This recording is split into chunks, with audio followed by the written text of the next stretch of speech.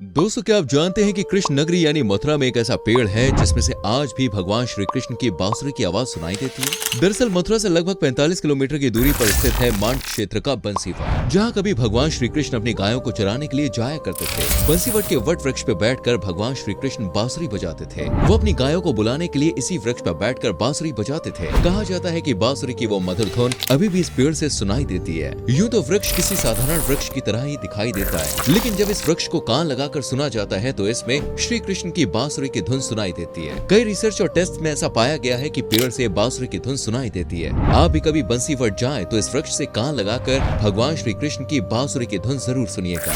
दोस्तों, अगर आप भी भगवान श्री कृष्ण के भक्त हैं तो वीडियो को लाइक और शेयर जरूर करें और चैनल को सब्सक्राइब।